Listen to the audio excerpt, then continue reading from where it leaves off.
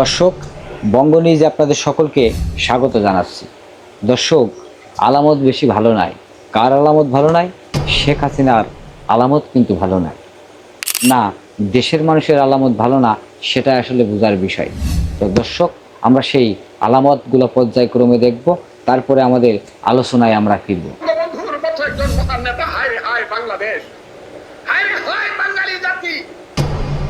একটা লোক জীবনের যৌবন কারাগারে কাটিয়ে ফাঁসির মঞ্চে গিয়ে বাঙালিকে শিখিয়েছে তুমি কে আমি কে, বাঙালি বাঙালি।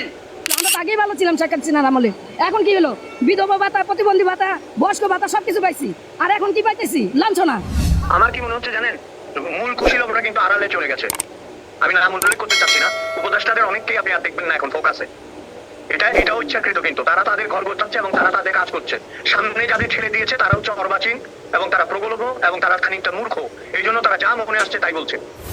আজকে যে কোনো লোক সমালোচনা করলে বাংলাদেশের তারা সফট লিগ হয়ে যাবে। তাইলে সমালোচনার অধিকারী তো সবচেয়ে বড় সংস্কার ছিল। বাক স্বাধীনতা, কথা ক র‍্যাপ হয়েছে। কথা কইলে যদি সফট লিগ হয়ে যায় তাহলে তো আমরা সবাই সফট লিগ।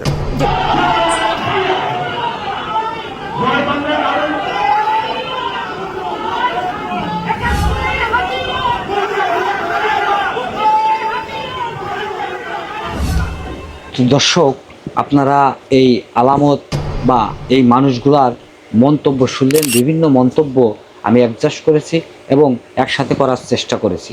আমি যেহেতু বাস্তবিকতা, আমি নিজে সাংবাদিকতা পেশার সাথে দীর্ঘদিন যুক্ত, আমি বিভিন্ন তথ্যকে ইনক্লুড করার চেষ্টা করেছি।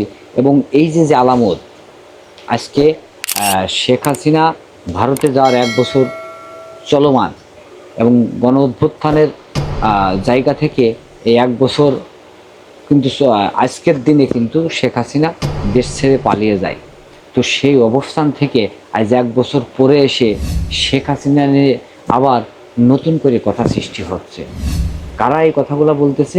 যাদের মুখে শেখ হাসিনার কথা শোনা যায়নি, যা বলছে তাও কিন্তু শেখ হাসিনার পজিটিভ যে কোনো কিছু তা কিন্তু নয়, কিন্তু তাদের মুখেই এখন আবার ভিন্ন রকম কথা শোনা যাচ্ছে।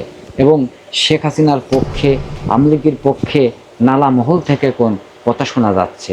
আসলে বাস্তবের আনাগোনা বা বাস্তবের বিষয়টা আসলে কতদূর কী, এটা আসলে আমাদের জানতে হলে আরও ধৈর্য ধরতে হবে। এবং আর একটা বিষয় লক্ষ্য করেন, দেশের মানুষ কিন্তু আস্তে আস্তে এই চলমান সরকারের উপরে নানা অনাস্থা প্রস্তাব কিন্তু আনতে শুরু করেছে। বিশেষ করে আমাদের দেশে এখন যে পরিমাণ মব সন্ত্রাসী, চাঁদাবাজি, ধর্ষণ এবং রাষ্ট্রের জন্য যা কিছু ক্ষতিকর সমস্ত কিছুই কিন্তু চলমান রয়েছে।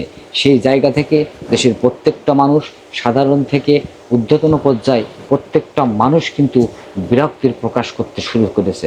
তো দর্শক, আপনাদের অবস্থান থেকে আপনার মতামত কী, এবং এই যে মন্তব্যগুলা কতটা শেখ হাসিনার পক্ষে যাবে, না তাদের মন গোড়া উক্তি, না তাদের আবেগ, আপনারা আপনাদের জায়গা থেকে বিবেক দিয়ে একটু মন্তব্য করে যাবেন এবং সেই সাথে আমার চ্যানেলটি সাবস্ক্রাইব করে পাশে থাকবেন। ধন্যবাদ সকলকে।